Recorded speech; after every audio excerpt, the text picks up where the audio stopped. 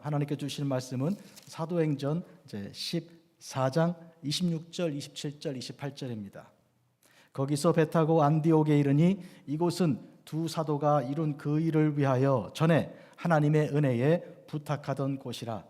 그들이 이르러 교회를 모아 하나님이 함께 행하신 모든 일과 이방인들에게 믿음의 문을 여신 것을 보고하고 제자들과 함께 오래 있으니라. 아멘. 오늘 저는 이 말씀을 가지고 교회를 모아라는 제목으로 말씀을 전하겠습니다.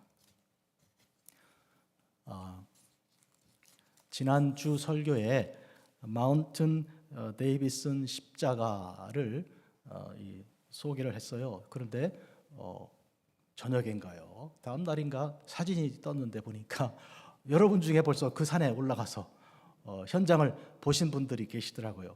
어떠셨습니까? 가시니까? 네. 안 가신 분들은 오늘도 날씨가 좋으니까 뭐 기회가 있고요. 한번 사진 한번 보실까요? 어떻게 생겼는지. 네. 이렇게 생겼습니다. 맨 위에서 내려다본 사진인데 이 정말 아름답습니다. 이게 31.4m나 되는 거예요. 상상이 안 될 정도로 멋있어요. 가보셨잖아요, 그죠? 이게요, 1923년에 처음 이 자리에 십자가가 세워졌습니다. 12m짜리가 세워졌었어요. 그런데 뭐 여러 가지 방해하는 분도 있었고, 뭐 화재도 나고 이래서 새로 세우다가 몇 차례 걸쳐서 드디어 1934년에 마지막 세워진 겁니다. 저 마지막 세우신 십자가를 세울 때 거기에 불을 달았는데 바로 유명한 뉴딜 정책, 미국의 경제를 완전히 회복시킨 FDR 대통령이 점등식에서 불을 딱 본인이 직접 킨 거죠. 1934년입니다. 여러분 아시는 대로 1929년부터 39년까지가 미국 대공황이에요. 이 대공황 때 미국이 망하는가 할 정도로 어마어마한 심각한 위기였습니다. 그런데 29년보다 훨씬 7년 전에 십자가가 이 자리에 선 거예요.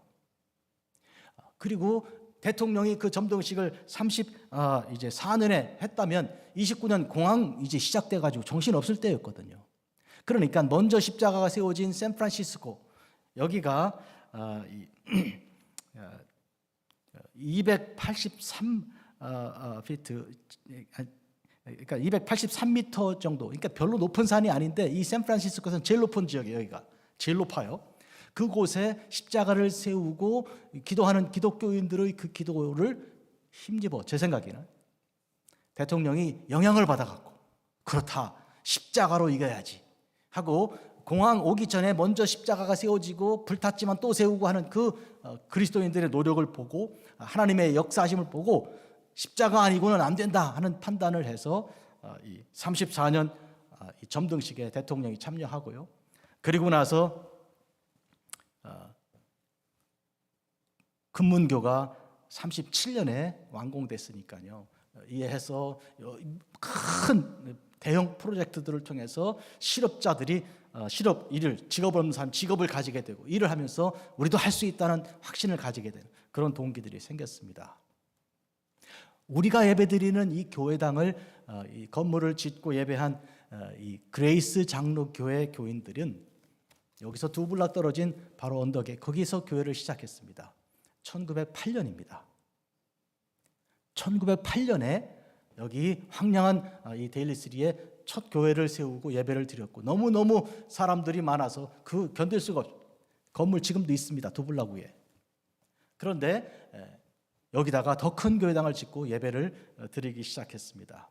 오늘 우리는 그의 뒤를 이어서 예배를 드립니다. 여러분, 공황이 미국 전체를 다 망하게 할지 모른다는 그 어마어마한 그런 두려움이 가득한 그때였는데 그 두려움을 십자가의 은혜로 극복하고 이기고 일어선 그런 현장이 샌프란시스코입니다. 미국 전역으로 번져나간 이 새로운 부흥의 물결이 여기서 시작된 거예요. 어떠십니까? 마음에 감동이 오지 않습니까?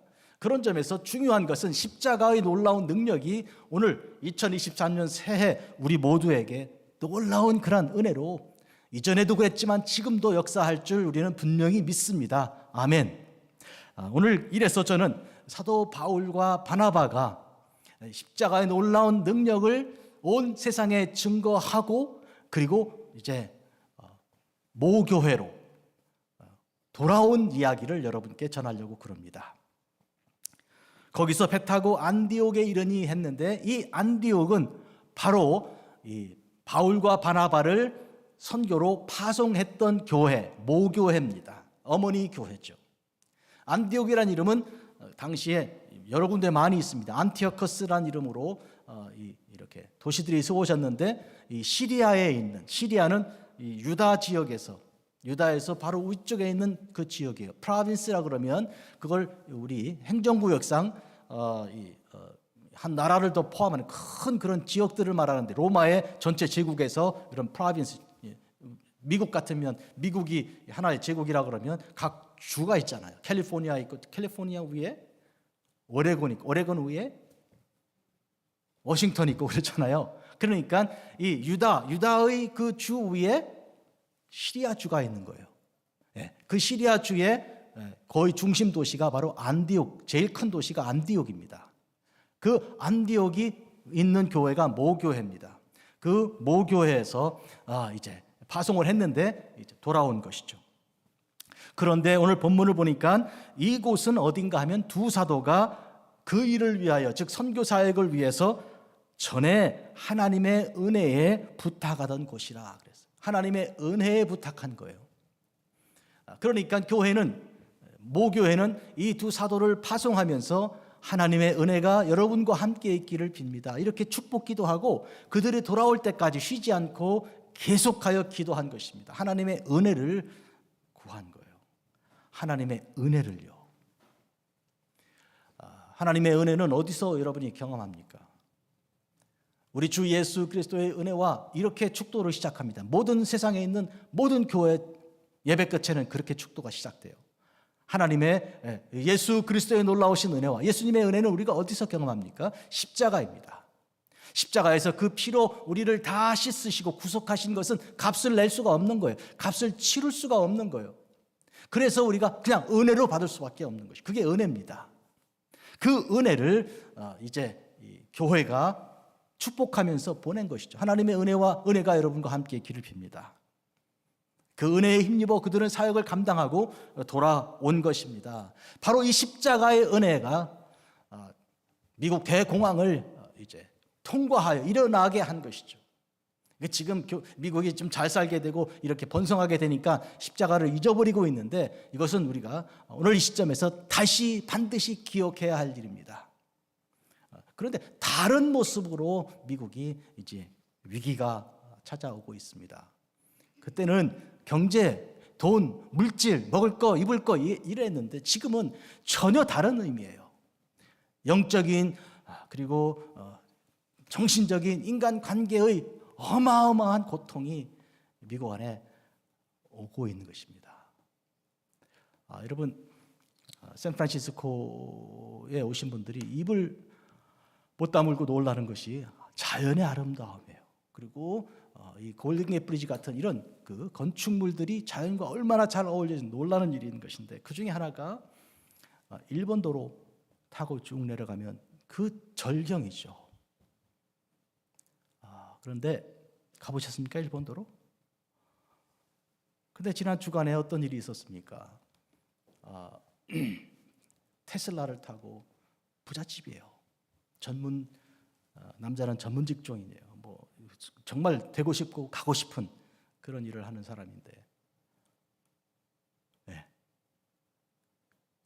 그 멋진 까마득한 절벽으로 차가 떨어진 거 아닙니까? 이 실수가 아니고 맘먹고 그렇게 한 거예요.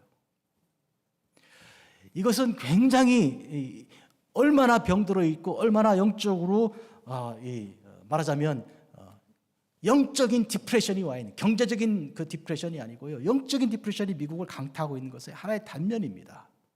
이 시점에서 그런 의미에서 하나님의 은혜를 우리가 다시 회복을 해야 합니다. 하나님의 은혜가 우리 중에 이제 빌어지고 축복이 돼야 합니다. 그래서 바울과 바나바가 그 은혜의 힘을 얻어서 나가서 없는 데 교회를 세우고 핍박 중에 돌로 맞아 죽을 뻔하지만 그러나 살아나서 복음을 증거하고 그리고 기쁜 마음으로 돌아올 수 있지 않습니까? 은혜로, 하나님의 은혜 가운데 있어야 하고 그 십자가의 능력 아래 우리가 있어야 하는 것입니다. 오늘 본문 말씀 보면 그들이 안디옥으로 돌아왔는데요, 안디옥으로 돌아오는 그런 과정에서 잠깐 보겠습니다. 여러분, 이들이 안디옥을 출발할 때 1차 선교 여행을 떠났을 때 그들은 안디옥을 떠나서 시리아 해변에 나가서 거기서 배를 타고요, 이제 구브로라는 섬으로 들어갔죠. 이 고구마를 옆으로 이렇게 늘어놓은 것 같은 옆으로 된 그런 섬인데, 섬의 오른쪽 끝이 시리아랑 붙어 있으니까 거기가 도시가 있는데 그 도시가 살라미라는 곳입니다. 살라미란 도시에서 특별한 일이 뭔가 하면 여기서 요한 마가가 거기서 이 두 사람과 함께 선교를 동참하기로 한 것이죠. 마가라고 주로 불리는데 별명이 요한이에요. 이 사람이 바로 나중에 마가복음을 기록한 사람이죠. 마가복음은 네 복음서 중에 제일 먼저 기록된 책이에요. 그만큼 중요한 일을 맡은 사람인데, 그런데 이 세 사람이 되었죠. 두 사람이 출발했다가 그들은 섬 한중간을 쭉 끝까지 따라가서 이번에 서쪽 끝까지 갔습니다. 거기가 바보라는 곳인데, 거기서 그 지역의 총독인 서기오 바울이라는 사람에게 복음이 전파되었습니다. 여러분, 제가 프라빈스 그랬는데 그 지역 얘기했는데 유다 지역에 총독이 있고요, 그죠? 본디오 빌라도가 있잖아요. 들어보셨잖아요. 그리고 이제 시리아 지역에도 총독이 있고요. 그 다음에 이 섬, 이것도 또 다른 하나의 그 프라빈스, 그 지역이에요. 그 구역이에요. 그만큼 많은 사람이 살고 있는 그런 섬이고 중요한 곳인데 복음이 전파되었습니다. 그리고 그들은 섬을 떠나서 이번에는 위로 올라가서 밤빌리아 지역, 유다 프라빈스, 그 다음에 시리아 프라빈스, 그 다음에 이쪽에 왼쪽으로 해변 북쪽으로 밤빌리아 프라빈스가 있어요. 거기에 있는 볼가 지역, 버가라는 곳까지 이제 배를 타고 들어갔습니다. 이제부터 본격적으로 소아시아 대륙 선교가 시작되는 것이죠. 그런데 문제가 생겼습니다. 뭔가 하니까 바로 이 요한 마가가 선교팀을 떠나기로 한 것입니다. 이유는 알 수가 없습니다. 왜 그랬는지 모르죠. 그런데 결과는 굉장히 심각하였습니다. 충격이 컸어요. 바로 이 바울의 경우에는 그 충격이 너무 심해서 그래서 2차 선교여행을 떠날 때 1차 함께 했던 이 바나바와 같이 출발을 하기로 하였지만 의견이 엇갈리는 사건이 생겼습니다. 뭔가 하면 바나바가 요한 마가를 데리고 갑시다 그랬거든요. 그랬더니 바울이 우리하고 1차 선교여행 하다가 중간에 그만둔 사람을 데리고 가는 것은 이게 은혜스럽지가 않다 했습니다. 바울과 바나바는 무슨 사이입니까? 이 두 사람 사이는요, 뗄래야 뗄 수가 없는 사이예요. 바나바가 만약에 도와주지 않았더라면 어쨌을까 할 정도로 바울의 이 목회 사역에는 굉장히 중요한 사람입니다. 아시는 대로 바울이 교회를 박해한 사람이잖아요. 그리고 예루살렘에서 박해할 때 스데반이 죽을 때 돌 맞아 죽는 일을 현장을 지휘한 사람이니까 교회를 박해한 건 이루 말할 수 없고, 또 권세를 가지고 이제 어디로 올라갔습니까? 다메섹까지 올라갔어요. 다마스커스까지 올라가서 거기에서 그 시리아 지역에 있는 이 안디옥보다는 작은 도시지만 큰 도시죠. 거기 가서 예수 믿는 사람들을 잡아서 예루살렘으로 끌고 오는 권세를 가진 사람이 있죠. 그런데 거기서 예수님 만나서 그가 예수님의 그 은혜 가운데서 이방인을 위한 선교 사역자로 부르심 받은 거 아닌가요? 그런데 그가 예루살렘으로 내려왔을 때 교회가 어땠을까요? 떨고 그를 피하였습니다. 그가 예수 믿는 그 복음을 증거하는 사람이 되어 돌아왔을 때 아무도 믿지 않았습니다. 그런 그를 믿을 만한 사람이라고 추천한 사람이 바로 이 사람 바나바입니다. 내가 확증하고 내가 추천합니다. 이 사람은 신뢰할 만합니다. 내가 확인해 보니까 그는 다메섹에서 이미 복음을 전하다가 핍박도 당한 사람이고 교회에서 받아들입시다. 이렇게 한 거예요. 그래서 바나바의 추천을 받고 교회 안에 들어올 수 있었던 사람인데 그 바나바하고 헤어졌다니까요. 성경에 이 바나바와 다른 모습으로 사역했다는 그런 간접적인 증거들은 몇 개가 있지만, 그러나 1차 선교행하듯이 그렇게 끈끈하게 사역을 같이 하지는 못한 걸 놓고 볼 때 이 의견이 심각하게, 그래 본문에 이제 이 사도행전 보면 심하게 다투니라 그랬거든요. 그러니까 이 마가 요한이 떠난 이 버가에서의, 이 밤빌리아 버가에서의 사건은 큰 충격이었어요. 그럼에도 불구하고 그들은 계속하여 다음 지역으로 올라가 복음을 계속 증거하였습니다. 그래서 그들은 이제 피시디아 안디옥, 그 위에 올라가 피시디아 지역에 있는 안디옥이라는 곳에 가서 사역을 하고, 그리고 이고니온, 루스드라, 더베까지 내려간 그런 와중에서 그들은 돌에 맞아서 죽을 뻔한 그런 위기도 경험하고 하면서도 이제 그들은 다시 더베를 돌아서 역으로 이제 루스드라, 그다음 이고니온, 그리고 피시디아 안디옥을 거쳐서 다시 버가까지 내려왔습니다. 그러니까 한번 갔던 곳을 다시 거슬러 돌아오면서 이 버가, 즉 이별과 이제 일종의 배신의 고통을 겪었던 그까지 다시 와서 복음을 증거하고, 그리고 거기에서 배를 타고 섬을 거치지 않고 바로 시리아 지역 해안으로 내려와 거기서 이제 시리아 안디옥 모교회로 돌아온 것이, 이것이 1차 선교여행을 마치고 돌아오는 그런 모습이었습니다. 세 가지 일이 돌아와서 이루어졌어요. 하나는 뭔가 하면 그들이 교회를 모았습니다. 그래서 오늘 저는 말씀 제목을 교회를 모아 이렇게 된 거예요. 교회를 모았다는 말은 모든 성도들이 다 한자리에 모았다는 이제 그런 것이죠. 멀리 갔던 선교사님들 두 분이 돌아왔으니까 사람들이 마음이 뜨거워져서 감동이 돼가지고 모이자 해서 더 많이 모였는 거예요. 두 번째가 뭔가 하면 그들은 하나님께서 하신 그 놀라운 사역의 일들을 교회에 보고하였습니다.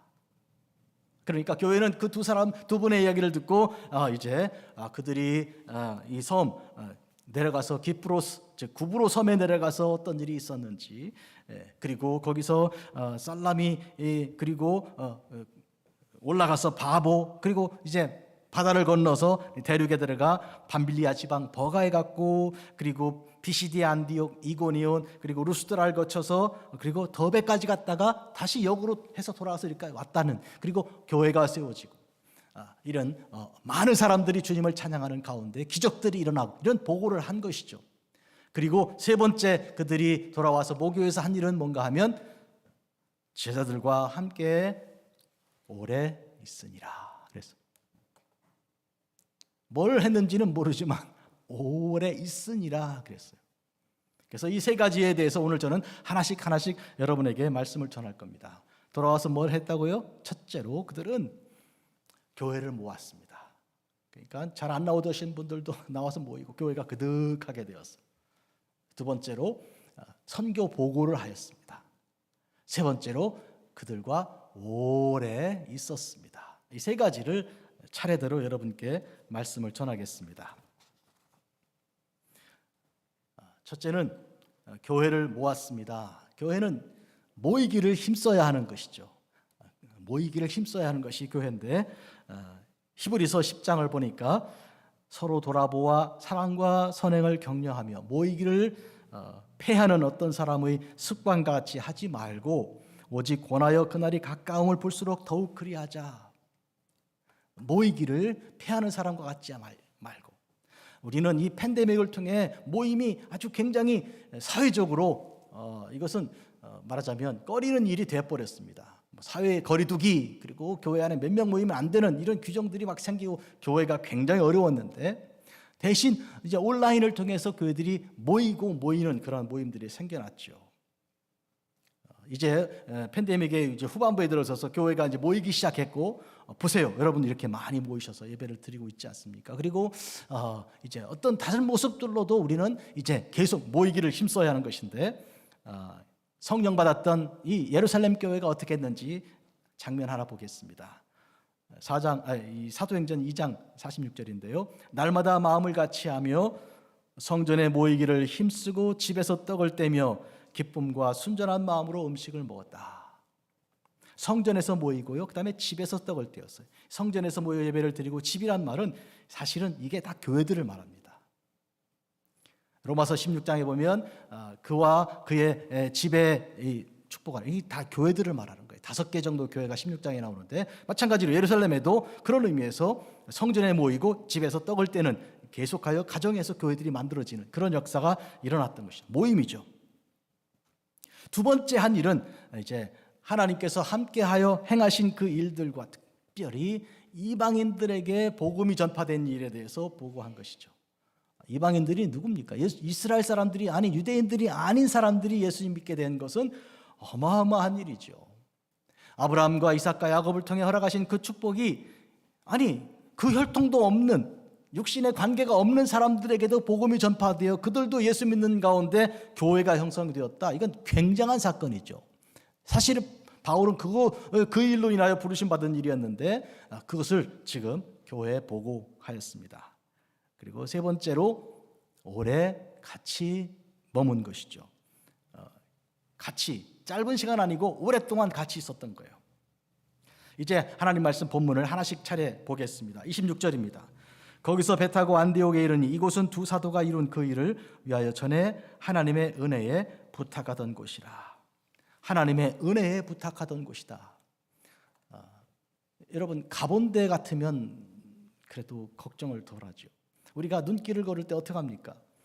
앞에 누가 발자국을 남긴 거기에 내 발을 넣잖아요. 보통 그렇게 하죠. 그런데 눈길이 아무것도 간 사람이 없는 어떻게 하실래요? 에베레스트 산을 등정하는 사람들이 제일 무서운 것이 두 가지가 있어요. 뭐 가본 사람처럼 얘기하니까 한번 가보면 좋겠는데요. 두 가지가 제일 무서운데 하나가 뭐냐면 폭풍우예요. 이 눈이요 그냥 쏟아지고 내리는 것도 있지만 위에 것이 그냥 쏟아 내리는 거예요. 그러면 그냥 꼼짝 못하고 덮여서 그 눈 속에서 죽는 거예요. 이번에도 버팔로 지역에 눈을 캐어보니까 뭐 여럿 명이 눈 속에서 죽은 거 아닙니까? 그 무서운 일이죠. 두 번째 무서운 게 뭔지 아세요? 눈이 안 와도 그게 떨어지지 않아도 이렇게 펼쳐져 있는 눈이 무서운 거예요. 왜? 크레파스가 어디 있는지 모르는. 크레파스가 뭐냐면 절벽하고 절벽 사이에 떨어진 낭떠러지예요. 낭떠러지. 그런데 눈으로 덮여버렸기 때문에 눈에 볼 때는 안 보이는데 발로 밟으면 푹 꺼지면 그냥 떨어져 죽는 거예요. 그게 크레파스. 이 두 가지가 무서운 거예요. 그런데 그런 점에서 지금 이 두 사도가 복음을 들고 나가는 일은 크레파스가 어디 있는지 모르는, 누가 발걸음을 해보지 않은 곳을 가는 거예요. 지금 전 세계에 복음이 전파되지 않은 곳이 어디 있나 이렇게 말할지 모르는데요. 이 최관신 선교사님이 아프리카 이 콩고 지역에 가서 복음을 전하고 지금 아무도 한 번도 가서 예배를 드리고 복음을 전파한 적이 없는 곳을 지금 가고 있는 거예요. 이게 다 크레파스 지역이에요. 이게 그런 의미에서 지금 그런 곳이 아직도 세상에 아주 많이 있다는 것을 우리가 알아야 합니다. 그런데 그들에게 하나님의 은혜가 여러분과 함께 있길 빕니다. 그거 말고는 할 얘기가 없는 거예요. 그거 말고는 따로 해드릴 게 없는 그런 상태였습니다. 세 번째는 그들이 돌아와서 제자들과 함께 이제 오래 있었습니다. 오래 있는 것은 아무 일도 하지 않는 것이 있지만 그러나 이것이 제일 일 중에 큰 일입니다. 부모가 자식에게 줄 수 있는 최고의 선물이 뭐겠습니까? 선물이라는 말은 영어로 두 가지 있어요. 하나는 기프트라 그래요. 제가 아는 상식으로 이 기프트는 준다, 기브에서 나온 그런 파생된 말 같습니다. 준다는 거예요. 또 한 가지 선물이란 말이 뭐가 있죠? 프레젠트가 있는 거예요. 프레젠트는 어디서 나온 말이에요? 예? 같이 있는 거에서 나온 거예요. 뭘 주는 게 아니에요. 그런데 같이 있는 거예요. 프레젠트가. 그런데 자녀들은 부모의 두 가지 종류의 선물 중에 뭘 원할 것 같아요? 뭘 주는 걸 원해요? 아니면 같이 있는 걸 원해요? 가정이 아주 심각한 위기에 빠졌을 때 울면서 탄식하면서 하는 말이 그런 거예요. 부모는 내가 같이 있어주지 못해서 미안하다는 거고요. 자식은요, 왜 그때 어머니 나를 아버지 왜 그때 없었냐는 거예요. 왜 안 계셨냐는 거예요. 그런 안타까움이 있는 거예요. 그러니까 그런 점에서 제일 큰 선물은 함께 있는 것이죠. 이 일은 뭐예요? 무슨 일? 동분서주 바쁘게 움직이는 그런 것보다 더 중요한 일은 그냥 곁에 있는 거예요. 교회가 무슨 공장입니까? 그건 아니죠. 회사 아니죠. 뭐 이익을 내야 하는 회사 아니죠. 그러면 교회가 제일 중요한 일은 뭐예요? 같이 있는 거거든요. 프레젠트로 그냥 있는 거예요. 그런 점에서 지금 이 두 사도들이 돌아와서 한 가장 중요한 일은 교회에서 제자들과 함께 있었는데 그것도 짧게 있는 게 아니고요. 오래 있으니라 이렇게 돼 있어요. 굉장히 중요한 그런 내용입니다. 자, 그들이 교회를 모았습니다. 선교사들이 이제 와서 돌아와 모았습니다. 떠났던 그들이 돌아온 것이죠. 선교사역의 내용은 나갔다가 돌아오는 것이죠. 연어가 나갔다가 돌아오는 것처럼 선교사들은 나가면 거기서 그러는 것이 아니고 돌아오는 것이죠. 이 계획이 이 서큘레이션이 돼야 되는 것이죠. 볼클리 지역에 선교사의 집이 있습니다. 저도 거기서 2년을 살았었고요. 그런데 이 선교사의 집이란 뭐냐면 집이 한 20채 정도 이렇게 있어요. 지금 우리 교회 민 목사님도 거기 살고 계시고요. 다음 주에 우리 최 목사님도 그리 이사 들어가는데 그 볼클리 미션 홈스라는 곳이 있어요. 장로교 미션 홈스인데 거기는 해외에 나갔던 선교사님들이 돌아와서 쉬면서 회복하기 위해서 돌아오는 그런 집이에요. 그렇게 마련하고 한 곳이죠. 그런 점에서 교회는 나갔던 분들이 돌아오는, 그리고 돌아왔다가 쉬고 다시 나갔다가 또 돌아오는, 이 사도 바울의 선교 사역을 보면 그런 것입니다. 그래서 1차 선교행 지금 마쳤잖아요. 근데 다시 2차 선교행 나가서 이번에는 유럽까지 갔다가 이제 돌아오죠. 그리고 다시 3차로 또 나갔고 이렇게 하는 그런 과정이 있습니다. 그런데 돌아올 경우에 교회는 크게 모이고 그리고 이제 하나의 아름다운 공동체로 예배를 드리고 감사 예배를 드리게 되는 것입니다. 이들은 돌아와서 하나님께서 행하신 일을 보고했고 특히 이방인들에게 허락하신 그런 하나님의 놀라운 일을 보고했습니다. 이들이요, 이 안디옥에서 이렇게 선교 보고한 다음에 예루살렘으로 내려갑니다. 모교회가 안디옥 교회잖아요, 시리아에. 그런데 예루살렘 교회는 어떤 교회인가요? 모교회의 모교회예요. 어머니의 어머니가 되는 곳이 예루살렘 교회입니다.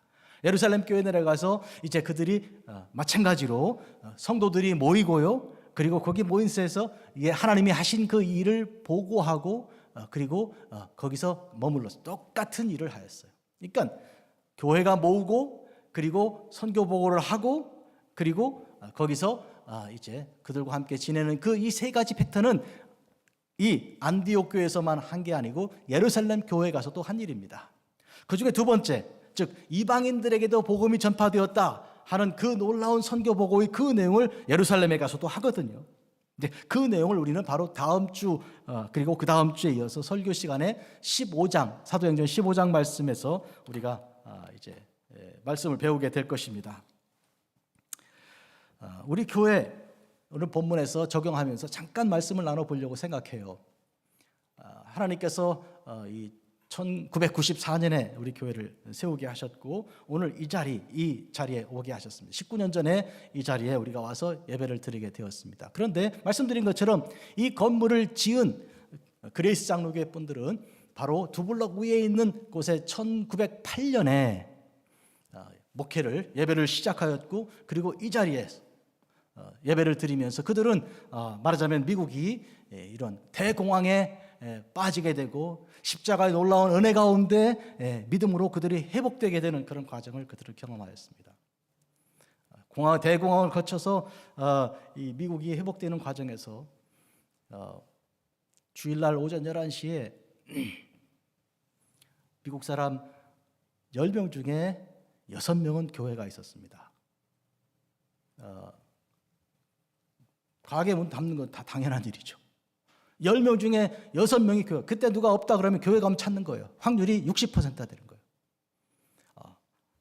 그게 십자가의 은혜가 역할하였고 그게 미국을 건져낸 그런 어마어마한 사건이었습니다. 이 샌프란시스코 지역에 그런 점에서 우리는 그 그레이스 교회가 이제 준비했던 그 기초 위에 우리가 들어와서 사역을 하는데 우리 교회는 2002년부터 바깥의 다른 나라에 복음을 전파하는 선교 사역을 하게 되었습니다. 그런데요, 이 일들은 모두 다 성도 여러분들이 어머니들이 되고 우리 교회가 모교회가 되어서 실시한 그런 일들입니다. 우리가 아는 대로 어머니가 젖이 잘 나야 자식이 만족하잖아요. 그렇죠? 어머니가 잘 먹고 건강하고 행복해야 자식들이 행복하죠. 자녀들이 바라는 것 중에 뭘 주는 것보다도 같이 있는 게 중요하고요. 같이 있으면서도 어머니가 행복한 게 중요한 거예요. 늘 같이 있는데 행복하지 않으면 그 같이 있는 것도 힘들잖아요. 그러니까 같이 있는 것 중요하지만 행복한 게 중요한 거예요. 그런 의미에서 우리 교회를 하나님이 축복하실 때 이제 선교로 나가게 하실 때 94년부터 2002년까지 우리 교회가 자체로 이제 부흥하고 자리를 잡게 하시고 그리고 나서 이제 마치 안디옥 교회가 2명을 파송하듯이 우리가 선교를 시작하게 되었습니다. 우선 콜롬비아로 나갔는데 맨 먼저 나간 곳이 콜롬비아였죠. 2002년에 제가 시애틀에 올라가서 목회자 연장 교육을 강의하는데 쉬는 시간에 어떤 분이 목사님이 오셔서 저보고 목사님 가만 보니까 콜롬비아 가셔야 될 분이 여기 계시네요. 그러더라고요. 그래갖고 저는 그 순간에 무슨 생각이 들었냐면 마게도냐로 와서 우리를 도우라 하는 그 사도 바울의 환상이 바로 저에게 들린 줄 딱 생각했어요. 그래서 무조건 간다 그랬어요. 어디인지도 모르고. 게릴라들이 기다리고 있는지도 모르고 간다 그랬다고요. 가서 보니까 큰일 난 거예요. 공항에 도착한 선교사님이 어디서 만나자 그러는데 골목에서 만나자 그러더라고요. 왜 주차장에 가면 안 됩니까? 그랬더니 비행장에서, 주차장이 아니고 주차장에서 차가 떠나면 게릴라가 따라붙습니다. 아차, 이건 내가 잘못 왔구나. 그때 이제 처음 알게 됐는데 어쨌든요, 그 콜롬비아가 첫 번째 선교 사역 지역이었어요.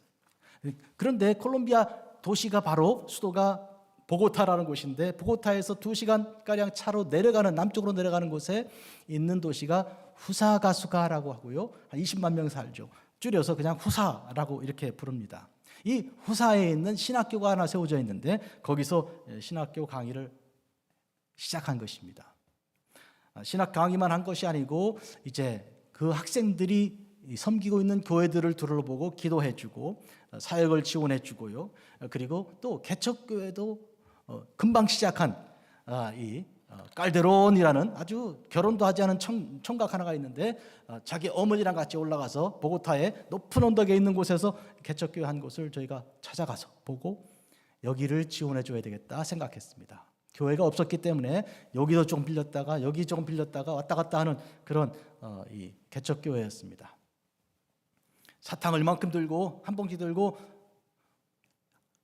벌떼처럼 달려들어가지고 줄을 좀 서라고 줄이 끊어지지가 않는 거예요. 그런 지역이고요. 나중에 들었는데 거기는 게릴라 점령 지역입니다. 경찰이 없어요. 경찰이 게릴라하고는 상대가 안 되니까 군인이 출동해야 겨우 치안이 되는 것이죠. 그것도 낮에만 군인이지 밤에는 군인 다 도망갑니다. 그런 지역에 세워진 교회예요. 그런데 결과적으로 얘기하면 우리가 그 교회를 7년 넘도록 목회자 그리고 교회 사역을 위해서 계속하여 헌금을 하였습니다. 매달 보냈는데 그런데 지금 그 교회가요 2층으로 큰 그 지역에서는 제일 큰 교회가 됐어요. 그리고 방과 후 프로그램을 열어서 학교 아이들이 학교 가고 돌아온 다음에 할 일이 없는 그 지역엔 그런 지역이에요. 뭐 아무런 그런 학원이라든지 뭐 이런 게 전혀 없는 곳이니까요. 그런데 교회에 그득그득하게 써요. 제가 사진 몇 장을 여러분께도 한 작년에 소개해드렸는데 김희동 선교사님 그 교회를 다녀오셔서 이 교회 어마어마하게 부흥했습니다. 제가 그 교회 그 지역을 보니까요 처음에 갔을 때 그렇고 계속 가서 보면 여러분 온 동네가 온 그 지역이 막 쓰레기로 날리고요 아무도 쓰레기를 치워가지 않으니까 상상해 보십시오. 그리고요, 돼지, 뭐 제주도에 보면 밑에 돼지 있다. 거기가 그런데요. 그러니까 동물과 사람과 동물이 같이 사는 그런 지역인데 거기서 무슨 아이들의 미래에 대한 교육을 하겠습니까? 그런데 교회가 그걸 감당하고 있는 것이죠.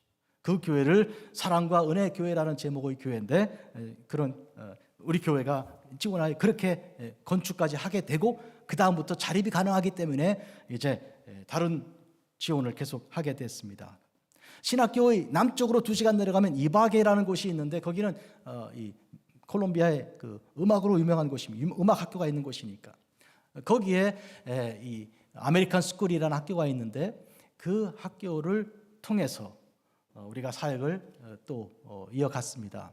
그 이바게라는 곳에 있는 그 아메리칸 스쿨의 교장이 하이메라는 머리가 이렇게 머리카락이 별로 없는 형제인데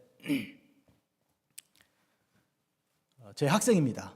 그런데 그 교장이에요. 그 지역에서 제일 큰 학교예요. 한 400명쯤 되는 학생들인데 그 학교 입학하려고 아주 이 줄을 대고 노력을 해야 들어가는 그런 아주 우수한 학교인데요. 제가 물어보지도 않았는데 이 하임에 뭐라 그러냐면 패스터초 내가 왜 머리카락이 없는지 아십니까? 물었으니까 대답을 해주시라고. 그러면 부인한테 다 듣겠습니다.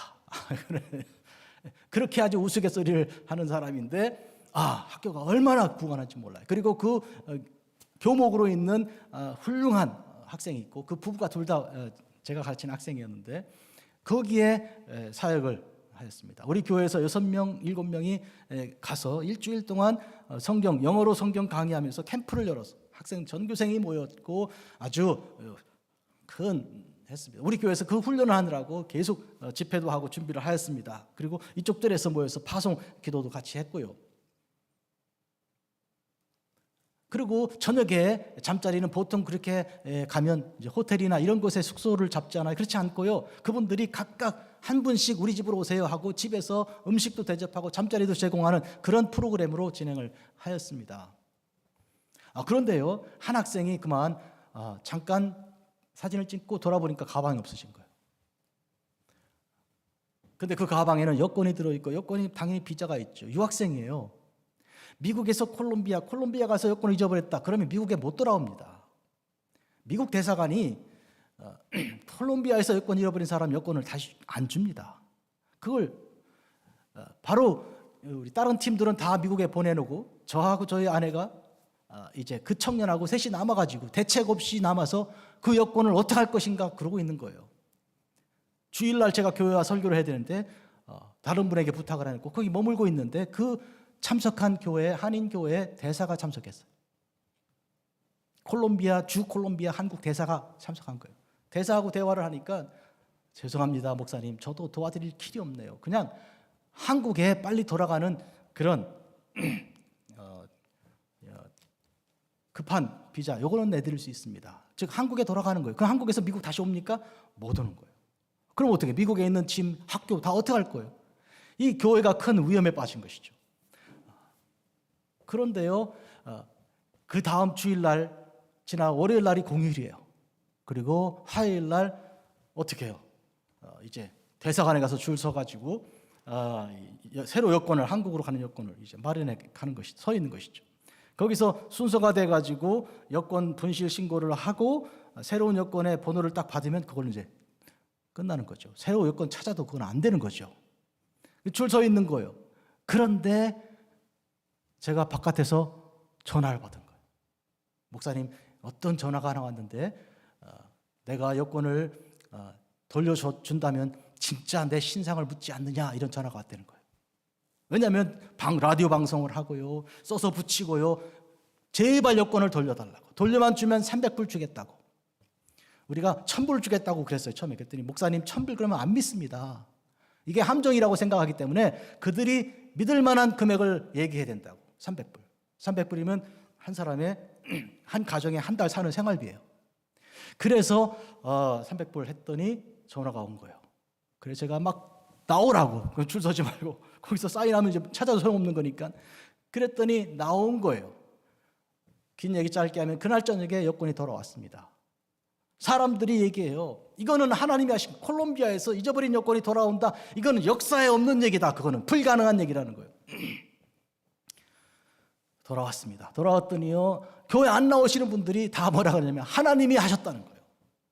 만약에 못 돌아왔으면 참 큰일 날 뻔했는데 그 기적을 하나님께서 이루어 주셨네요. 조금 제가 이것 때문에 시간이 많이 갔는데, 이 이바게하고 이 후사가수가 사이 중간 지점에, 삼각 지점쯤에 있는 곳이 아구아데 디오스라는 이 나병 환자촌이 있습니다. 여기 아구아데 디오스를 가게 됐어요. 가서 이제 나병 환자들을 위해서 기도를 해주게 되었는데, 그 중에 첼리타라는 할머니를 만났지 않습니까? 이 할머니는 나병으로 시력을 완전히 잃었고 손가락이 전혀 없고 이 스스로는 자기 힘으로는 일어나지 못하는 분이죠. 근데 그분이 쓴 잠 못 이루는 슬픈 밤이라는 시를 포함한 그 시집들을 이제 하나님의 은혜로 번역하게 되었고, 영어로 번역하고 한국말로 번역해서 그것이 출판되고 또 이렇게 여러 사람들에게 알려지게 되고, 또 거기 있는 신학생 한 명이 미국에 들어와서 논문을 쓰게 될 때 그것이 여러 사람에게 알려져서 수많은 사람들이 감동을 받고 은혜를 받는 그런 역사가 일어났습니다. 작은 불꽃이었는데요, 도대체 이게 무슨 일인가 할 정도의 일이었는데 하나님께서 하시는 섭리는 놀랍고도 놀라웠습니다. 그 어간에 우리는 무슨 계획을 세우는, 무슨 하나님이 주시는 새로운 그런 선교의 전략을 배웠는가 하면, 가서 신학교에서 강의하고 가르치는 것보다는 학생을 불러서 교육해서 보내는 것이 효과적이겠다 생각한 것이죠. 쉽게 말하면 제가 콜롬비아를 가기 시작하고 그 다음에 러시아를 가고 그리고 멕시코를 가고 그리고 중국을 가면서 가서 신학 강의를 한 거예요. 그런데 이건 일종의 보따리 장사 같은 거예요. 가서 이렇게 가르치고 나면 학생들이 뭐 공부를 하는데 그 다음에는 후속타가 없으니까 1년을 기다려야 되는 거예요, 학생들은. 그런 점, 저희 강의를 들으려면. 그러나 만약에 누가 여기 와서 공부를 하고 배운 다음에 돌아가면 자기들의 언어를 가지고 살면서 같이 교육을 할 수 있잖아요. 그래서 콜롬비아부터 시작을 했는데, 한 명이 와서 여기서 박사 공부를 마치고 돌아갔습니다. 두 번째 사람이 와서 박사 공부를 마치고 돌아갔습니다. 세 번째 사람이 박사 과정을 이제 거의 다 마쳤습니다. 이 일이 콜롬비아에서는 첫 번째 역사상 신학 박사, 두 번째 신학 박사, 이렇게 되는 거예요. 그 역사에서 이렇게 새로운 일을 열어가는 이 일들이 하나님의 은혜 가운데서 이루어지게 된 것이죠. 그리고 이와 같은 방식은 아프리카에도 적용이 됐습니다. 콜롬비아에서 배운 일이죠. 그래서 아폴리네리 목사님이 미국에 우리 교회 신앙생활을 같이 7년을 하지 않았습니까?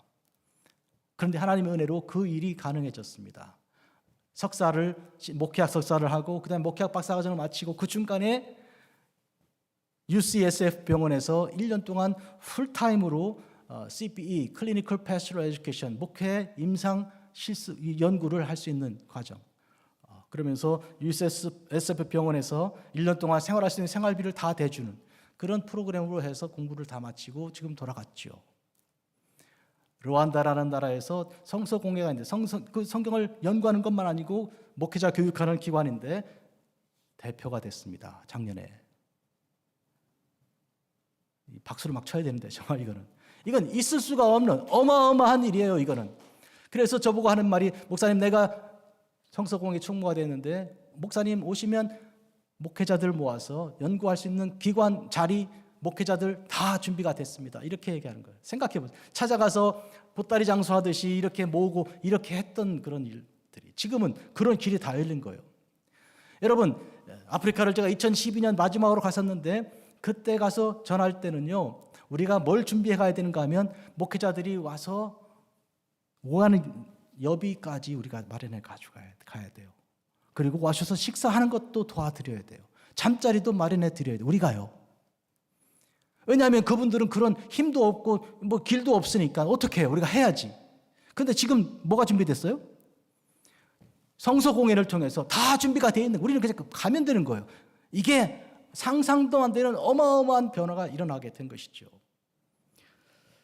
그러니까 문제는 우리 교회가 작으니까 할 수 없다, 그게 아니고 하나님의 은혜에 부탁하기만 하면 되는 거예요. 하나님의 은혜가 역사하여 일을 이루시게 되는 것입니다. 아프리카 얘기를 좀 더 하죠.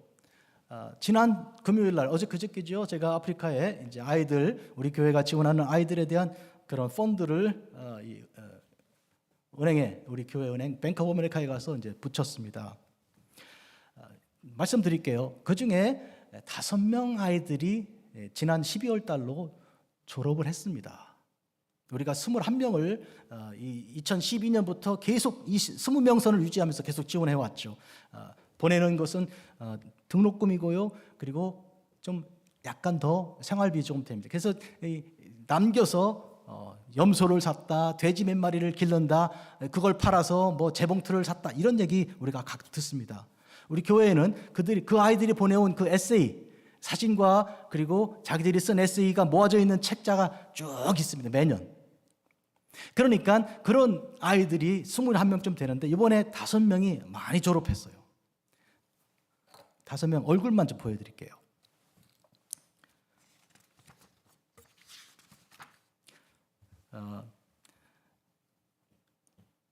이탕기시카 임마누엘이라는 아이예요. 고등학교 졸업했습니다. 이 아이가.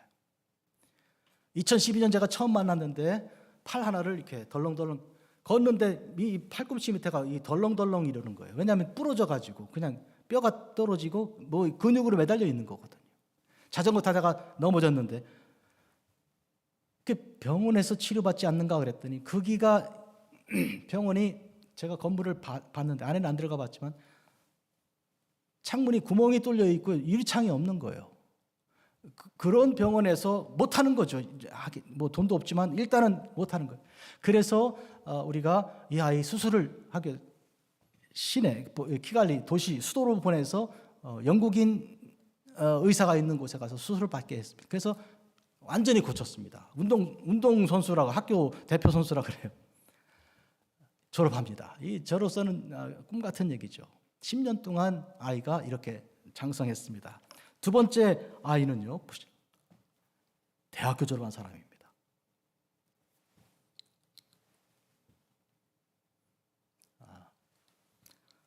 세 번째 아이요.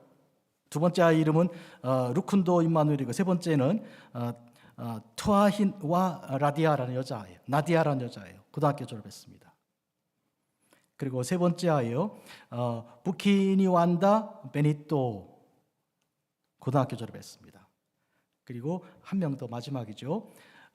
티시밀의 챈틀 고등학교 졸업했습니다. 우리가 적어도 몇 년 이상 거의 10년 가까이 지원해서 이렇게 사회에 나갈 수 있게 된 그런 아이들입니다. 우리나라는 80, 90%가 대학을 가니까 고등학교 졸업했으면 대학 가야지 이렇게 하는데 그렇진 않고요. 이제 가끔 대학을 갑니다. 그러나 그 중에 우리 중에 대학을 가는 아이는 우선 입학 시험이 아주 어렵지만 합격하는 아이들은 다 지원합니다. 그래서 한 명 아까 졸업했고요. 여러분 그런데 한 명의 아이를 여러분께 소개하겠습니다. 바로 이 펀드를 받아서 배분하는 일을 맡은 사무엘이라는 저의 학생이 있는데요. 한국에 유학 가서 한동대학을 졸업하고 영어로 공부하는 학교잖아요. 그리고 돌아와서 미국의 르완다에 있는 국립 중앙 은행에서 일하는 사람이에요. 아주 뭐 엘리트 중에 엘리트죠. 그 사무엘이 이 펀드를 다 받아가지고 나눠 배분하고 1년에 한 번씩 모아서 아이들 이렇게 잔치를 열어주고 격려하고 에세이도 받고 이제 그런 일을 감당하는데 목사님 제가 한 아이를 여러분 목사님에게 추천하고 싶습니다. 혹시 목사님 힘이 되시면 이 아이를 도와주면 좋겠는데요. 어떠실까요? 사진 한번 보여주시겠어요?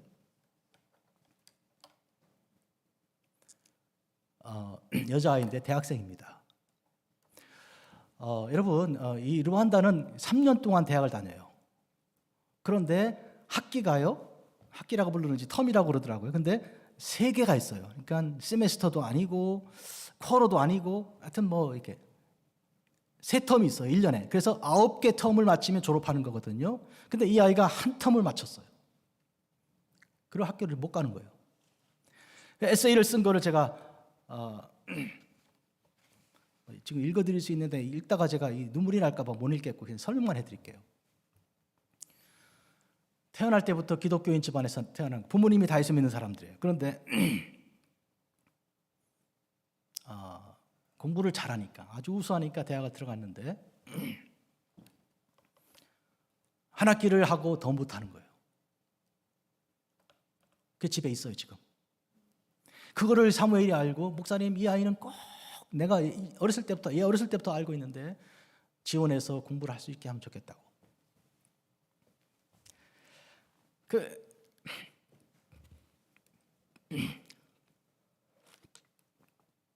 에세이를 읽어보니까 아버지가 당뇨병이 심해갖고 한 달 동안 병원에 있었는데 치료도 잘 안 되지만 일단 집에 왔다고 그렇게 써 있더라고요. 이게 갈 수가 없는. 그러나 너무너무 공부가 하고 싶은 거예요.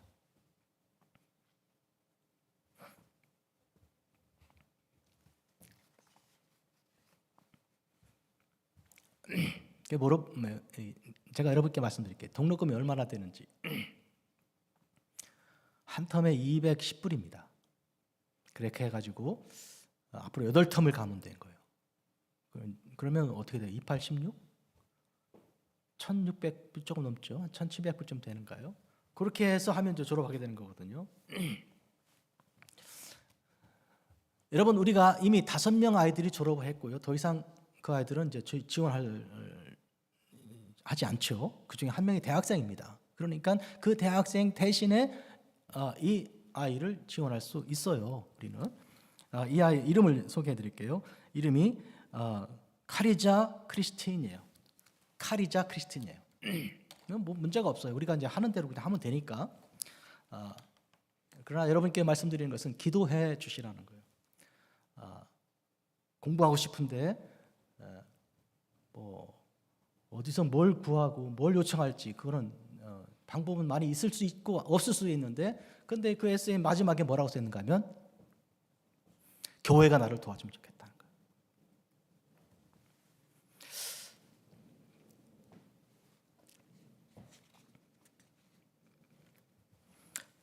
거예요. 여러분, 우리는 이 선교가 아프리카에서 이제 멕시코 그리고 러시아로 그리고 중국으로 이렇게 퍼져나갔습니다. 그래서 예를 들면 중국 같은 경우에 이 핍박이 극심한 과정에서도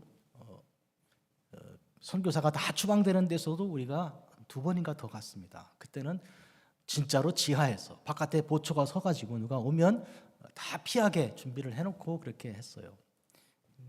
그때 가니까 현지 분들이 그러더라고요. 여러분, 지금 선교사들이 다 추방되는데 이 목사님 4분이 오셨다고. 이렇게 위험한데 문을 밖에 잠그고 안에도 잠그고 공부하고 있는데 우리 기도하자고. 그래서 제가 강의하는데 한 사람이 이렇게 저를 무서운 눈으로 쳐다보고 있어갖고 저 사람이 공안인가 보다 그랬는데 나중에 보니까 감옥에서 나온 사람이라고 그러더라고요. 그래서 공안은 아닌 것으로 이제 판명이 돼요. 어쨌든 좌우간 그렇게 그러나 이젠 더 이상 못 들어갑니다. 들어갈 수가 없으니까 선교사 다 이렇게 쫓겨나 있으니까.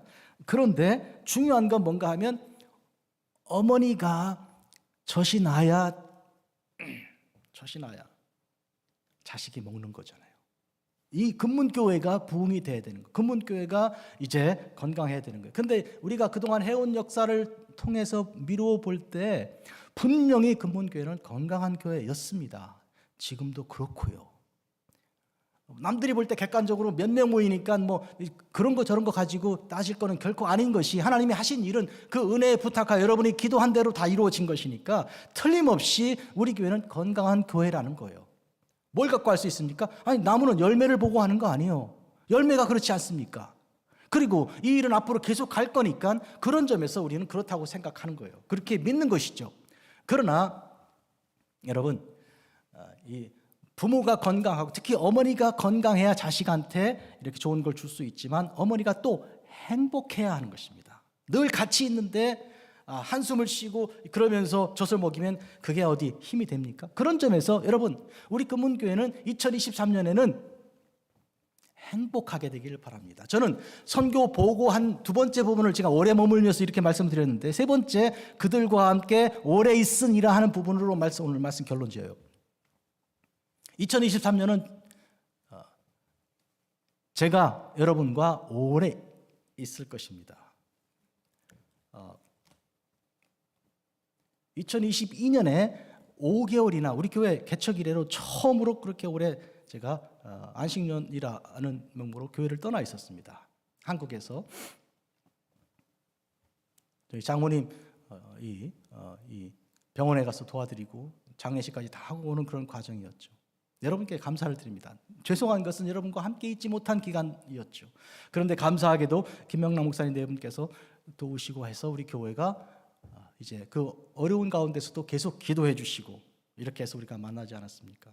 2023년 새해에는 여러분과 함께 있는, 뭘 이렇게 행사하고 뭐 그런 것보다는 같이 있는 것으로 이렇게 큰 일을 하는, 프레젠트하는 그런 사역을 감당하려고 그렇게 생각합니다.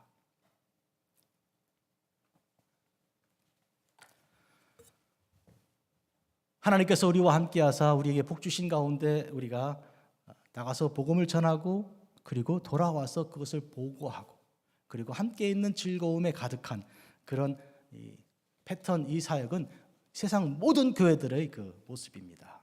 지금 예루살렘에서 파송된 이 시리아 안디옥 그 교회에서 거기서 다시 선교사들을 파송하여 이제 사역하고 1차 선교하고 돌아온 그들이 한 바로 이 세 가지, 돌아와서 교회를 모아 큰 모임 가운데 하나님께 영광 예배를 드리고 그리고 선교 보고를 하고 특히 이방인들에게 복음이 전파된 것을, 그리고 함께 오래 있었던 이 패턴은 세상 2000년 동안 모든 교회가 해온 패턴입니다. 우리 교회의 모습도 그대로 갈 것이고 2023년에 특별히 그와 같이 이루어질 것입니다. 함께 오래 있을 것입니다. 콜롬비아에서 선교 사역하고 은퇴하고 돌아오신 김희동 선교사님께서 이 자리에서 지난 12월 중에 설교하실 때 임마누엘을 설교하시면서 함께 있는 것 이렇게 말씀하셨습니다. 선교 사역의 핵심은 그분이 하는 말씀이죠. 30년 사역하신 분이 결론으로 함께 같이 있는 거 이렇게 얘기하시더라고요. 그러니까 돌아와서 목회만 아니고 선교 현장에서도 결국 그들과 함께 있는, 같이 지내는, 같이 먹고 마시는, 이게 중요한 거예요. 예수님께서도 문을 열면 내가 들어가 너와 함께 먹고 너와 함께 나와 함께 마실 것이다. 이것이 같이 있는 것이잖아요. 그런 점에서 이 함께 있는 것이 목회의 결론이고 그 기쁨으로 우리가 천국까지 가서 천국에서도 함께 있는 것입니다. 요한복음 1장 14절 말씀이 육신이 되어 우리 가운데 거하심에 우리가 그의 영광을 보니 아버지의 독생자의 영광이요 은혜와 진리가 충만하더라. 일은 많은데 벌려놓고 이것저것 하는 건 많은데 그러나 부재, 자리가 비어있는 그런 고통이 있는 것이 아니고 함께 있는 것에 대한 기쁨을 우리가 누리도록 그렇게 하겠습니다. 2023년은 그래서 저에게 그런 의미에서 목회의 큰 비전이 같이 있는, 우리 같이 동행하는 그런 아주 복된 그런 비전을 가지고 있습니다. 여러분의 그 삶에서도 이것이 그대로 이루어지기 바랍니다. 혹시 일이 바빠서 뭔가 계획한 것이 있어서 그 프레젠트라는 그 선물을, 동행이라는, 동거라는 그 선물이 빠져 있다 그러면 이번 기회에 우리 다 같이 회복하면서 그런 은혜가 여러분 가정에도 여러분의 모든 관계 속에서도 있어지기를 주의 이름으로 축복합니다. 기도하겠습니다. 거룩하고 자비로우신 아버지 하나님, 지난 날을 돌아보면서 우리의 모습은 결국 사도 바울과 바나바가 1차 선교여행을 마치고 돌아와서 세 가지로 했던 그 모습, 그 연장에 있었던 것을 알았습니다. 2023년 새해에 저희들이 앞으로 갈 길도 저희들이 오늘 분명히 알았습니다. 하나님의 종들, 우리 각 가정들마다 하나님께서 함께하여 주사 하나님께서 주신 그 은혜에 당부합니다. 은혜로 가정생활이 이루어지게 하시고 은혜로 비즈니스도 사업도 되게 하여 주시고 하나님의 은혜가 넘치게 하여 주옵소서. 그리고 함께 오래 있는 복 있는 가정들로 축복해 주시옵소서. 예수님의 이름으로 기도합니다.